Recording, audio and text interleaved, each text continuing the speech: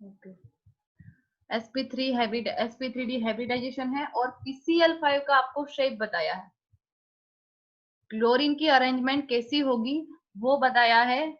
तो देख लेते हैं एक बार किस तरह से क्लोरीन की अरेंजमेंट करी है। मान लो ये बीच में फॉस्फोरस है, उसके आसपास हमें 5 क्लोरीन की अरेंजमेंट करनी है। तो यहाँ पे क्लोरीन है, ट्रायगोनल फॉर्म में है, यहाँ पे क्लोरीन है, यहाँ पे क्लोरीन है। ओके, ट्रायगोनल बाई पिरामिडल इसका शेप है, ट्रायगोनल बाई पिरामिडल इसका शेप है। पहले तो ये सारे क्लोरीन है वो फॉस्फोरस के साथ अटैच हो गए, और उसके बाद यहाँ पे भी क्लोरीन क्लोरीन के भी बीच में भी थोड़ा थोड़ा इंटरेक्शन है, इसलिए यहाँ पे भी बॉन्डिंग आपको दिखाई है। क्लोरीन क्लोरीन के बीच में भी थोड़ा इंटरेक्शन है, इसलिए बॉन्डिंग बताई है। उसके बाद एक क्लोरीन ऊपर है, पिरामिडल बोला, बाई पिरामिडल बोला है। अगर एक क्लोरीन हम यहाँ पे रिप्रेजेंट करते हैं, एक क्लोरीन रिप्रेजेंट करते हैं, तो वो एक पिरामिड बना। ओके, एक पिरामिड बना, और ये पिरामिड है, ये 2 क्लोरीन के साथ तो होगा, ये 2 क्लोरीन है, ये तीनों क्लोरीन के साथ थोड़ा इंटरेक्शन होगा, और साथ में फॉस्फोरस के साथ तो होगा। ध्यान देना बराबर, नीचे भी एक क्लोरीन दिखाया है, बाई पिरामिडल बोला है, और 5 क्लोरीन हमें अरेंज करना है, 5 क्लोरीन को। तो फॉस्फोरस है, उसकी बॉन्डिंग क्लोरीन के साथ तो होगी, पर साथों साथ में ये तीनों क्लोरीन है उसके साथ भी ये बॉन्डिंग होगी, उसके साथ भी ये बॉन्डिंग होगी, इंटरेक्शन होगा, इसलिए ये बताया है शेप।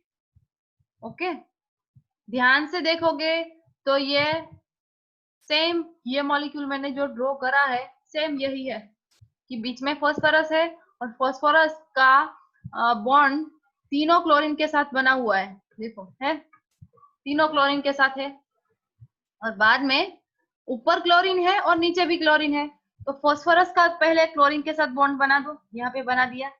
ओके, वो बन गया। उसके बाद क्लोरीन क्लोरीन के बीच में भी इंटरेक्शन होगी, पर आपको हाइब्रिडाइजेशन में नहीं बताया, हाइब्रिडाइजेशन में नहीं बताया है, इसका मतलब ये नहीं कि आप शेप में मत बताओ, हाइब्रिडाइजेशन में क्लोरीन क्लोरीन के बीच में कुछ बताया ही नहीं है।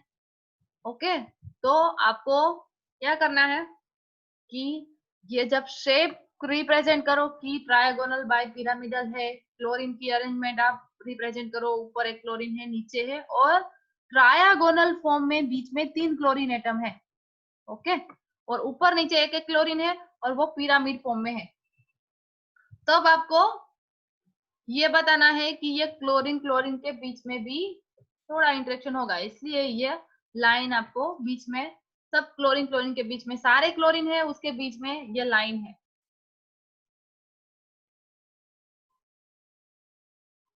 और कोई डिस्कशन नहीं करेंगे, इसलिए कोई हाथ ऊंचा मत करो। Okay, trigonal bipyramidal geometry are not equivalent, ये जियोमेट्री है वो इक्विवेलेंट नहीं है, ऐसा बोला है। In PCl5, the 5sp3d hybrid orbitals of phosphorus overlap with the singly occupied p orbital of chlorine atoms to form 5 PCl sigma bond। अब जो आपने हाइब्रिडाइजेशन में आपने जो क्लोरीन का एक इलेक्ट्रॉन है वो बताया है फॉस्फोरस में जो ऑर्बिटल है उसके साथ, तो वही एक्सप्लेन करा है यहाँ पे। PCl5 the 5sp3 hybrid sp3d hybrid orbitals of phosphorus overlap with singly, पहले तो sp3d, ये सारी ऑर्बिटल है, ये है किसकी, पहले तो फॉस्फोरस की है। ओके, फॉस्फोरस की ये ऑर्बिटल है, और उसके साथ क्लोरीन एटम है, उसमें इलेक्ट्रॉन है p ऑर्बिटल में, वो उसके साथ अटैच होता है या तो शेयर करता है इलेक्ट्रॉन की। तो singly occupied p orbital of chlorine atom बोला है, क्लोरीन एटम की कौन सी ऑर्बिटल होगी, p ऑर्बिटल होगी, लास्ट में p ऑर्बिटल में इलेक्ट्रॉन होगा, इसलिए बोला है p orbital of chlorine atom to form 5 PCl sigma bond. तो ये sp3d ऑर्बिटल किसकी थी, फॉस्फोरस की थी, जनरल फॉर्म में आपको बोला है कि PCl5 की ये ऑर्बिटल है, क्यों? क्योंकि क्लोरीन की भी p ऑर्बिटल थी, और जनरल फॉर्म में आपको दे दिया है कि ये एक दूसरे के साथ बॉन्डिंग फॉर्म में होंगे जब हाइब्रिडाइजेशन होगा तब। 3 PCl bond lie in one plane. अब आपको मैंने शेप बताया, उसमें ट्रायगोनल फॉर्म में ये क्लोरीन एटम है, वो ट्रायगोनल फॉर्म में रिप्रेजेंट करा है। 3 क्लोरीन एटम है, okay. 3 PCl bond, 3 chlorine atom यहाँ पे बताया था कि ये क्लोरीन यहाँ होगा, एक यहाँ और एक यहाँ। ये 3 PCl bond, 3 PCl bond lie in one plane. ये 3 PCl बॉन्ड है वो एक ही प्लेन में होंगे। एक ही प्लेन का मतलब क्या है कि ये फॉस्फोरस, एक कोई बुक का पेज ले लो और उस पर फॉस्फोरस रखो और 3 क्लोरीन को भी रखो, तो वो तीनों एक ही प्लेन में है। ऐसा मान लो एक ही प्लेन में, उसकी कोई 3D अरेंजमेंट है नहीं, मींस XYZ एक्सिस में उसका कोई पोजीशन है नहीं। And make an angle of 120 degree, और एंगल उसका कितना होगा 120 डिग्री पर, किसके बीच में? Cl PCl के बीच में। ये वाला एंगल है वो 120 होगा, ये वाला एंगल है वो भी 120 होगा, ये वाला एंगल है वो भी 120 होगा। This bond are termed as equatorial bond.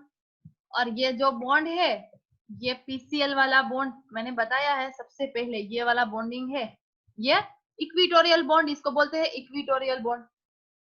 Equatorial bond और एक्सियल बॉन्ड किसको बोलेंगे वो बता देती हूँ। इक्वेटोरियल बॉन्ड और एक्सिटोरियल बॉन्ड किसको बोलेंगे?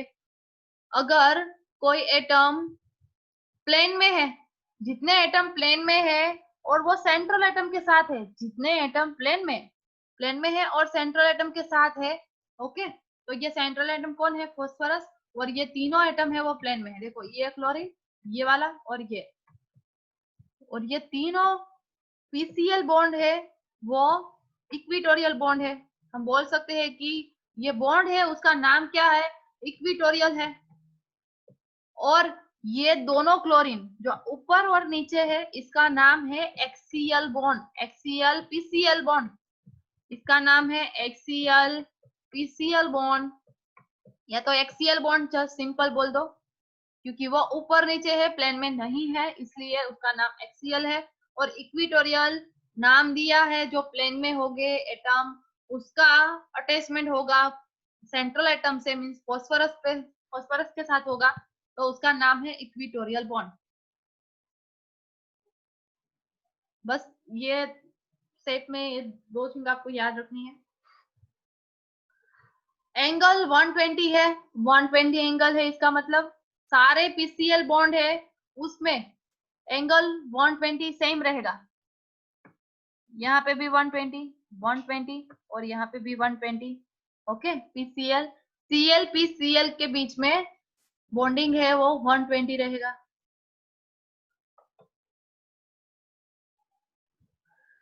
The remaining 2 PCl bond, one lying above and other lying below the equatorial plane.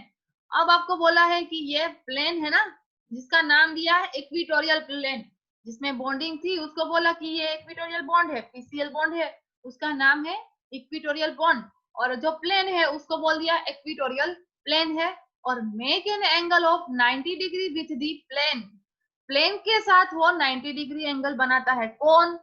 ये ऊपर क्लोरीन है और नीचे क्लोरीन है, वो दोनों प्लेन के साथ 90 डिग्री वाला एंगल बनाते हैं। इसका मतलब है मान लो क्लोरीन आया यहाँ पे है, क्लोरीन यहाँ है और मान लो प्लेन यहाँ है, ये ट्रायगोनल वाला प्लेन है वो यहाँ है, ओके, तो उसका एंगल होगा वो 90 डिग्री वाला होगा। इसका मतलब है ये एंगल है वो 90 डिग्री है, प्लेन के साथ वो एंगल बनाता है 90 डिग्री। सेम ये वाला क्लोरीन है वो भी प्लेन के साथ 90 डिग्री एंगल बनाता है। और ये आपको वैल्यू दी है वो एक्सपेरिमेंटल वैल्यू दी है, ओके, तो इसको आपको याद रखना है।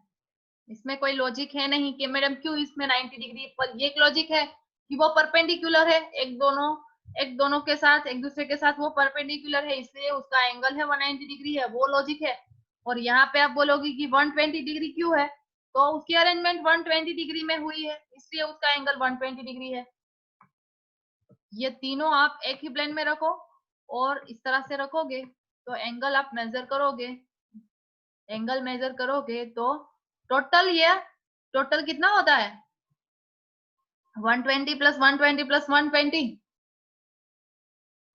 360 का होता है। ओके, तो ये तीन ही आपको डिवाइडेड बाय 3 करोगे तो 120 मिलेगा, इसलिए उसका एंगल है वो 120 डिग्री है।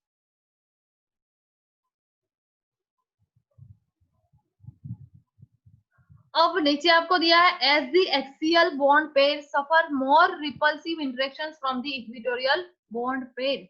अब एक्सियल बॉन्ड पेयर की बात करी है कि एक्सियल बॉन्ड पेयर है उसका रिपल्सन ज्यादा होगा, रिपल्सिव इंटरेक्शन उसका ज्यादा होगा compare to equatorial bond pair. Equatorial bond की कंपेयर में एक्सियल बॉन्ड है उसका रिपल्सन ज्यादा होगा, इसलिए वो थोड़ा दूर रहेगा, इसलिए दूर बताया है। ये फॉस्फोरस है और ये क्लोरीन, और क्लोरीन के बीच में आपको बताया है कि ये थोड़ा इंटरेक्शन होगा, पर इंटरेक्शन माइनर होगा, उससे ज्यादा ये थोड़ा रिपल्सन होगा। ऊपर जो क्लोरीन है और नीचे क्लोरीन है वो इसलिए दूर बताया है क्योंकि उसका रिपल्शन ये प्लेन के साथ ज्यादा होगा। क्यों रिपल्सन क्यों होगा? क्लोरीन है उसमें आप देखोगे कि क्लोरीन की इलेक्ट्रॉनिक कॉन्फ़िगरेशन नियोन 3s2 और क्या है 3s2 है और 3p5 नॉट 5, यस 5। ओके, ये 5 है, उसमें से एक इलेक्ट्रॉन है, ये इसमें से एक इलेक्ट्रॉन है वो शेयरिंग करता है किसके साथ, फॉस्फोरस के साथ। तो बाकी का इलेक्ट्रॉन है वो क्या कहाँ पे रहेगा, वो कोई हाइब्रिडाइजेशन में भाग नहीं लेता, यहाँ पे इसका कोई पार्टिसिपेशन है नहीं इसमें। यहाँ पे दो इलेक्ट्रॉन, पहले एक एक इलेक्ट्रॉन की अरेंजमेंट करते हैं, इतना हो गया। अब ये वाला इलेक्ट्रॉन है लास्ट में, इसको तो इलेक्ट्रॉन की जरूरत थी इसलिए उसने क्या कर दिया, शेयरिंग कर दिया फॉस्फोरस के साथ, और बाकी की ये 3 लोन पेयर बाकी है। तो ये हाइब्रिडाइजेशन में भाग नहीं लेती, पर हम उसको कहाँ पे रखते हैं, क्लोरीन पर, जो आपको यहाँ पे रिप्रेजेंट नहीं करी है, और यहाँ पे क्या होगा बताया नहीं है। इसका मतलब ये नहीं है कि इसमें लोन पेयर उस पर होगी नहीं, यहाँ पे लोन पेयर होगी, 3 लोन पेयर है क्लोरीन पर, 3 लोन पेयर है, एक क्लोरीन पेयर नहीं पर सारे क्लोरीन पर। क्यों? क्योंकि क्लोरीन ने तो एक ही इलेक्ट्रॉन का शेयरिंग करा है, बाकी की जो ये एक्स्ट्रा बॉन्डिंग पेयर है वो किसी के साथ पार्टिसिपेशन में नहीं है। और ये क्यों हम ये ले रहे हैं, क्यों नियोन वाली नहीं ले रहे हैं, तो नियोन वाली तो स्टेबल है। हम तो जब बात करते हैं आउटर सेल की बात करते हैं, ओके, हाइब्रिडाइजेशन में आउटर सेल में इलेक्ट्रॉन है उसकी अरेंजमेंट हमें करनी है। अगर कोई एक शेयरिंग में पार्टिसिपेट करता है तो दूसरी लोन पेयर है, या तो दूसरी एक्स्ट्रा नॉन बॉन्डिंग पेयर है, उसका क्या होगा, तो वो हम उसको एज ए लोन पेयर के फॉर्म में एटम पर रिप्रेजेंट करते हैं। और ये लोन पेयर की वजह से रिपल्सन भी होता है और इंटरेक्शन भी होता है। ओके, वो डिपेंड्स करता है उसके एटमोस्फियर पर। यहाँ पे प्लेन में 3 क्लोरीन की अरेंजमेंट हो गई है, 3 क्लोरीन की अरेंजमेंट हो गई है। ओके, वो तीनों प्लेनर फॉर्म में है। अब ये स्टेबल है, और बाकी का 2 क्लोरीन है उसने भी क्या करा है, शेयरिंग करा है, तो इंटरेक्शन तो होगा पर इतना ज्यादा नहीं होगा। एक ऊपर है और एक नीचे है, एक ऊपर है और एक नीचे है, और उसका रिपल्सन थोड़ा ज्यादा है, इसलिए ये बॉन्ड है वो थोड़ा, बॉन्ड लेंथ उसकी थोड़ी ज्यादा होगी।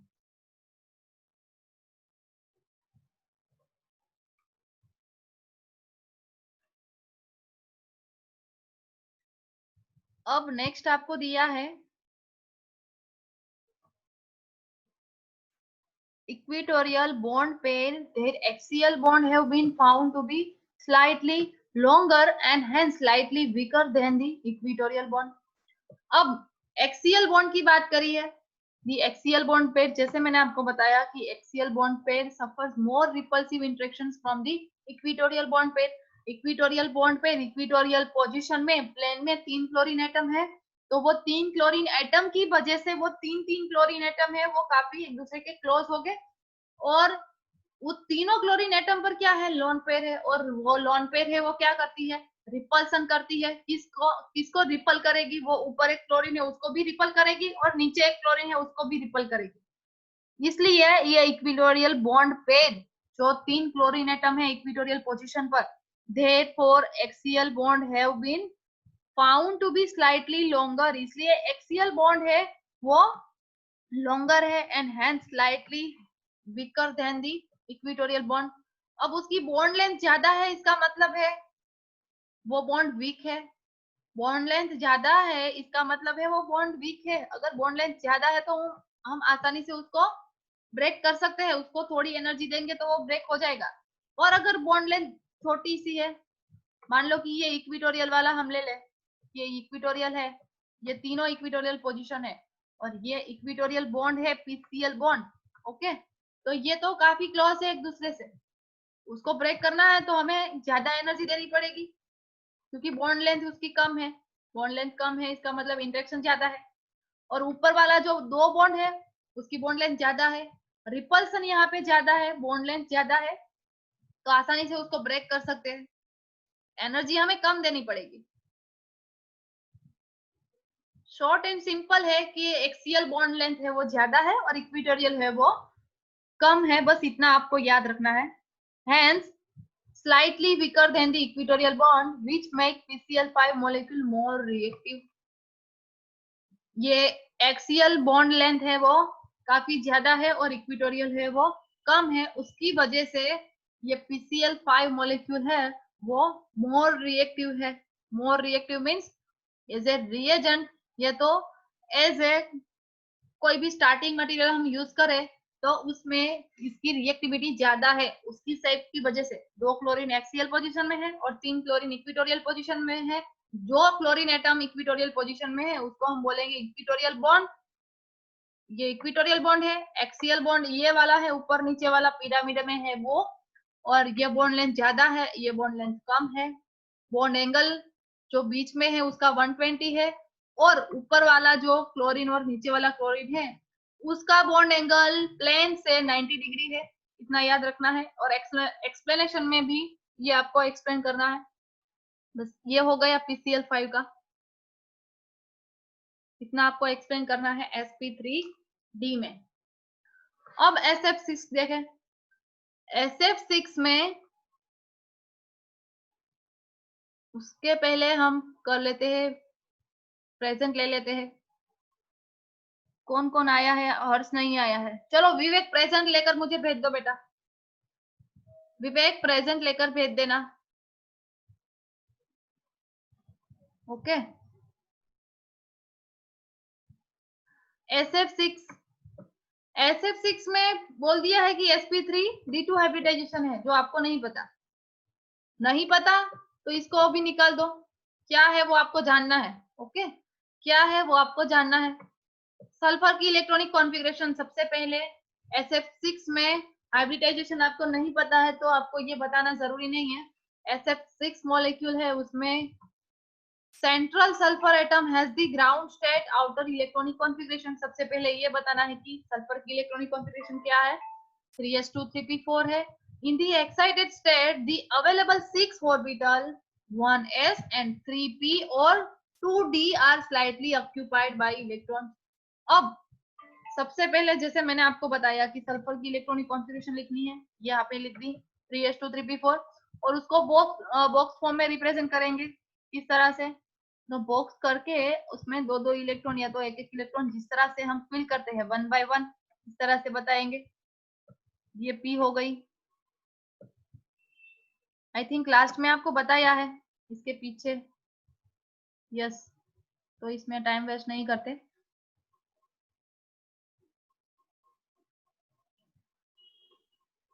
ओके, यहाँ पे आपको बता दिया है कि सल्फर की इलेक्ट्रॉनिक कॉन्फ़िगरेशन ग्राउंड स्टेट लिखा है।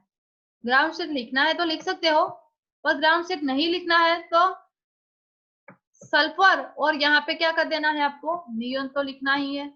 ओके, यहाँ पे नियोन लिख देना ब्रैकेट करके, इतना करा। और उसके बाद एक्साइटेड स्टेट नहीं लिखना है तो S स्टार्ट कर देना, और लिखना है तो कोई दिक्कत नहीं है इसमें। अब यहाँ पे 3s2 3p4 ये ग्राउंड स्टेट वाली इलेक्ट्रॉनिक कॉन्फ़िगरेशन है। जब एक्साइटेड स्टेट की बात करेंगे, सल्फर है वो एक्साइटेड स्टेट में आएगा। क्यों आएगा? क्योंकि फ्लोरीन उसके क्लोज आता है। जब फ्लोरीन उसके क्लोज आएगा तो उसकी स्टेबिलिटी है, वो मोर स्टेबल, वो मॉलिक्यूल है वो मोर स्टेबल बनने की ट्राई करेगा। क्यों स्टेबल बनने की ट्राई करेगा? क्योंकि सल्फर को भी क्या चाहिए? इलेक्ट्रॉन चाहिए। तो ये दो बॉन्ड पेयर है, यहाँ पे भी थी और यहाँ पे भी थी, वो एक्साइटेड स्टेट में चली गई यहाँ पे डी में। और 6 फ्लोरीन एटम है, उसकी कैपेसिटी 6 फ्लोरीन एटम के साथ ज्वाइंट होने की है। क्यों? क्योंकि यहाँ पे 6 इलेक्ट्रॉन आप देख रहे हो सिंगल फॉर्म में है। तो जब ये फ्लोरीन एटम आते हैं उसके क्लोज, तब ये एक एक इलेक्ट्रॉन की शेयरिंग करता है और उसको हमें इस तरह से रखना है। ओके, ये सारा इलेक्ट्रॉन है वो फ्लोरीन का है। तो देखो यहाँ पे एक एस, 3 पी और 2 डी ऑर्बिटल है। तो हाइब्रिडाइजेशन यहाँ पे आपको मिल गया sp3d2। sp3d2 आपको पूछे कि sp3d2 एक्सप्लेन करो, तो आपको याद होना चाहिए कि भाई sp3d2 किसमें, sp3d2 हाइब्रिडाइजेशन किसमें पॉसिबल है? 2 ऑर्बिटल डी होनी चाहिए। इसका मतलब है आगे 2 बॉन्डिंग पेयर होनी चाहिए। अगर आगे 2 बॉन्डिंग पेयर है तो उसमें से एक एक इलेक्ट्रॉन यहाँ पे 2 डी में जाएगा। थोड़ा आपको पता होना चाहिए। अगर आपको sp3d हाइब्रिडाइजेशन चाहिए, sp3d हाइब्रिडाइजेशन चाहिए, तो आपको इतना तो पता होना चाहिए कि कोई ऐसा एटम चूज करो कि जिसमें एक ही बॉन्ड पेयर हो। जैसे आपने pCl5 देखा कि उसमें एक ही बॉन्ड पेयर थी और यहाँ पे एक इलेक्ट्रॉन ही भेजा था। ओके, एक इलेक्ट्रॉन एक्साइटेड स्टेट में आया था, तो उसका हाइब्रिडाइजेशन हमने देखा sp3d है। तो ये तो आपको पता चल गया कि 2 बॉन्ड पेयर है वो एक्साइटेड स्टेट में जाएगी, तो 2 डी ऑर्बिटल है वो हाइब्रिडाइजेशन में भाग लेगी। मींस sp3d2 हाइब्रिडाइजेशन पॉसिबल बन सकता है अगर 2 बॉन्ड पेयर है तो हाइब्रिडाइजेशन पर से उसका शेप है वो पता चलता है। sp3d2 हाइब्रिडाइजेशन है तो उसका शेप आपको दिया है स्क्वायर पिरामिडल, या तो उसको बोलते हैं ओक्टाहेड्रल। ओके, स्क्वायर पिरामिडल या तो ओक्टाहेड्रल। अब थोड़ा वो टेबल के बारे में आपको बता दे। पहले तो ये वाला शेप देख ले, सल्फर है बीच में, सल्फर बीच में दिया है और उसके आसपास 4 फ्लोरीन एटम, बराबर ध्यान देना, यहाँ पे 4 फ्लोरीन एटम प्लेन में है। प्लेन किसको बोलते हैं वो मैंने बता दिया। एक बुक ले लो, उस पर सल्फर बीच में रखो और चारों फ्लोरीन एटम है उसको ऐसे स्क्वायर फॉर्म में रख दो। स्क्वायर फॉर्म में मींस वो एक ही प्लेन में रहेगा। ओके, ये हो गया। अब एक फ्लोरीन आपको ऊपर यहाँ पे बताना है और एक फ्लोरीन नीचे बताना है। और ये मत पूछना कि भाई मैडम ये शेप कैसे आया, ये तो उसकी अरेंजमेंट है, उसकी स्टेबिलिटी जिस तरह से बनती है इस तरह से वो शेप बनता है, पर उसकी अरेंजमेंट पता होनी चाहिए किस तरह से ये स्क्वायर फॉर्म में है। और ये 2 फ्लोरीन एटम, ऊपर और नीचे 2 फ्लोरीन एटम है, वो इस तरह से आपको बताया है कि इसके साथ भी थोड़ा इंटरेक्शन होगा या तो रिपल्सन भी हो सकता है। पर ये लाइन क्यों बताई है और किस तरह से बताई है ये ड्रॉ करके आपको बता रही हूँ। क्यों? क्योंकि आपको भी ये ड्रॉ करना है। जब एग्जाम में पूछा जाए SF6 तो ये मॉलिक्यूल आपको भी ड्रॉ करना है। और किस तरह से करना है ये आप देख रहे हो। ओके, ये हो गया SF6 मॉलिक्यूल और उसका शेप है ऑक्टाहाइड्रल जियोमेट्री। जियोमेट्री आपको दी है SF6 की ऑक्टाहाइड्रल, ऑक्टाहाइड्रल शेप है। ओके, उसके बाद एक्सप्लेन करा होगा नहीं? ओके, यहाँ पे एक्सप्लेनेशन दिया है आपको, जितना दिया है बस उतना ही करना है, उससे ज्यादा नहीं करना है। SF6 मोस्ट इंपोर्टेंट ये क्वेश्चन है SF6 वाला, क्योंकि हर बार ये पूछा जाता है SF6 है उसका हाइब्रिडाइजेशन एक्सप्लेन करो। Okay, In the excited state are available 6 orbital 1s, 3p and 2d are singly occupied by electron. This hybrid orbital to form 6 new sp3 hybrid orbitals which are projected towards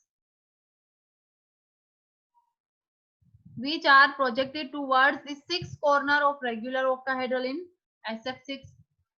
These 3 sp3d2 hybrid orbitals overlap with singly occupied orbital of a fluorine atom to form ये 6 SF6 sigma bond.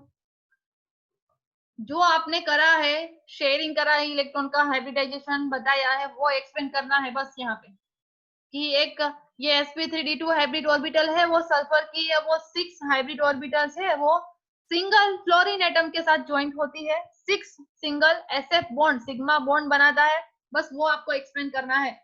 इसमें थोड़ी language tough है तो आपको simple language में भी आता है तो वो लिख देना। The SF6 molecule has a regular octahedral geometry. उसकी जियोमेट्री आपको बताई, या तो शेप भी बोल सकते हैं, ऑक्टाहेड्रल शेप है और उसकी जियोमेट्री भी ऑक्टाहेड्रल है।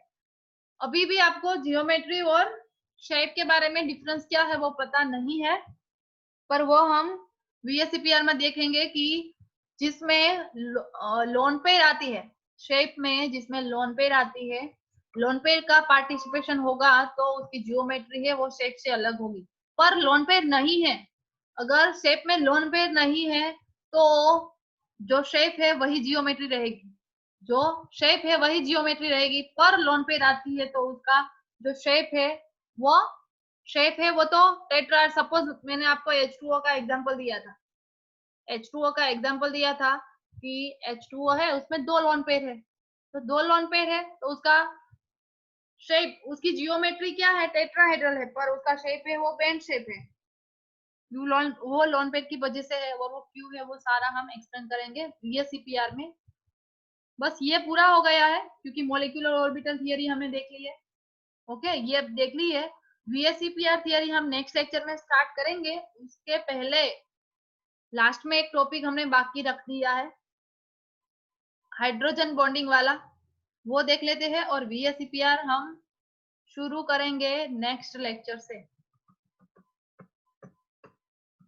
उसके पहले किसी को पता है VSEPR के बारे में थोड़ा सा भी, तो थोड़ा जानकर आना, आपको थोड़ा इंटरेस्ट रहेगा इसमें। हाइड्रोजन बॉन्डिंग क्या है, हाइड्रोजन बॉन्डिंग किस तरह से हाइड्रोजन की अरेंजमेंट होती है, H2O मॉलिक्यूल है या तो HF मॉलिक्यूल है, नाइट्रोजन के साथ हाइड्रोजन होगा। Nitrogen, oxygen and fluorine are the highly electronegative elements when they are attached to hydrogen atom to form covalent bond, the electrons of the covalent bonds are shifted towards the more electronegative atom। ये already आपको पता है कि electron है, electron pair है, कोई more electronegative और कोई लेस इलेक्ट्रोनेगेटिव, दोनों के बीच में अगर अरेंजमेंट होती है, मान लो कि मैं आपको HF का एग्जांपल दूं, HF का एग्जांपल दूं तो फ्लोरीन है वो मोस्ट इलेक्ट्रोनेगेटिव है, ये इसकी कंपेयर में मोस्ट इलेक्ट्रोपॉजिटिव है। तो जो मोर इलेक्ट्रोनेगेटिव एटम होगा वो बॉन्डिंग तो इसके साथ बनाता है हाइड्रोजन के साथ, पर ये लोन पेयर है ना, सॉरी ये शेयरिंग बॉन्डिंग पेयर है, वो अपने पास रखता है, वो हाइड्रोजन के पास ज्यादा नहीं रखता। देखो बीच में से आप ये पार्ट करोगे तो ये आपको बॉन्डिंग पेयर फ्लोरीन के साथ दिखाई देगी। This partially positively charge hydrogen atom, और मैंने आपको यह भी बताया था कि ये मोर इलेक्ट्रोपॉजिटिव है, इसलिए यहाँ पे प्लस डेल्टा के फॉर्म में हम रिप्रेजेंट करते हैं, और यहाँ पे माइनस डेल्टा, इसका मतलब ही है मोर इलेक्ट्रोनेगेटिव है और ये बॉन्डिंग पेयर है वो उसके पास रखता है, इसलिए ये पार्शियली पॉजिटिव है और ये पार्शियली नेगेटिव है। partially positive charge hydrogen atom forms a bonds with the other more electronegative atom। अब पार्शियली पॉजिटिव हाइड्रोजन एटम है वो मोर इलेक्ट्रोनेगेटिव एटम के साथ ये शेयरिंग करती है और उस पर खुद अपने पर positive charge, partially positive charge रखता है हाइड्रोजन, और जो मोर इलेक्ट्रोनेगेटिव है वो पार्शियली नेगेटिव चार्ज रखता है। और वो पार्शियली नेगेटिव चार्ज क्यों आता है, क्यों हम रिप्रेजेंट करते हैं, क्योंकि वो शेयरिंग पेयर अपने पास रखता है, इसलिए this bond is known as hydrogen bond and is weaker than the covalent bond.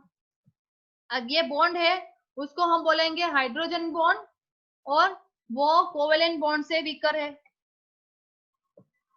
For example HF molecule का एग्जाम्पल दिया है, the hydrogen bond exist between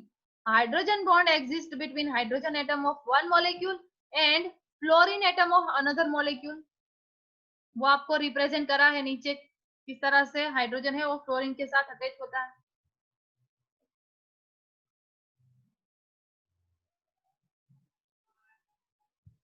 okay यहाँ पे नहीं, पर यहाँ पे देख लो X है, ये तो फ्लोरीन वाला, बस यहाँ देखो HF, ये वाला एग्जांपल ही दिया है पर वहां पे रखा नहीं है। ये वाला एग्जांपल है कि हाइड्रोजन के साथ फ्लोरीन की अटैचमेंट कैसी है, और ये जो बॉन्ड है ना उसको बोल दिया है ये हाइड्रोजन बॉन्ड है। हाइड्रोजन बॉन्ड है, जब हाइड्रोजन किसी के साथ ज्वाइंट होता है तो उसको हाइड्रोजन बॉन्ड इन जनरल बोलते हैं। अभी तक आपको ये आया नहीं, पर पहली बार है, उसको बोला है कि हाइड्रोजन बॉन्ड, कि इंटरमोलिक्यूलर हाइड्रोजन बॉन्ड, ये तो intramolecular hydrogen bond. Don't worry, ये इंटरमोलिक्यूल वाला मैंने आपको एक्सप्लेन नहीं करा है। फॉर हाइड्रोजन का फ्लोरीन के साथ अटैचमेंट है उसको हाइड्रोजन बॉन्ड बोला है। और ये फिगर आपको बोला है कि नीचे देखो, और ये फिगर वहां पे नहीं है इसलिए आपको बताइए। Here hydrogen bond act as a bridge between two atoms which hold one atom by covalent bond and the other by hydrogen bond. Hydrogen bond is represented by the dotted line while a solid line represent the covalent bond. अब hydrogen line है उसको dotted form में बताइए, और covalent line है उसको, covalent bond है उसको सॉलिड लाइन में बताइए। कि हाइड्रोजन और फ्लोरीन के बीच में बॉन्डिंग है उसको सॉलिड फॉर्म में बताया है, और एक ही मॉलिक्यूल थोड़ा होगा। हाइड्रोजन और फ्लोरीन के बीच में बॉन्डिंग हुई है, पर ये एक ही मॉलिक्यूल की बात नहीं है, नंबर ऑफ मॉलिक्यूल्स की बात है। कि हाइड्रोजन और फ्लोरीन कोई एक ही मॉलिक्यूल नहीं होगा, नंबर ऑफ मॉलिक्यूल्स होंगे।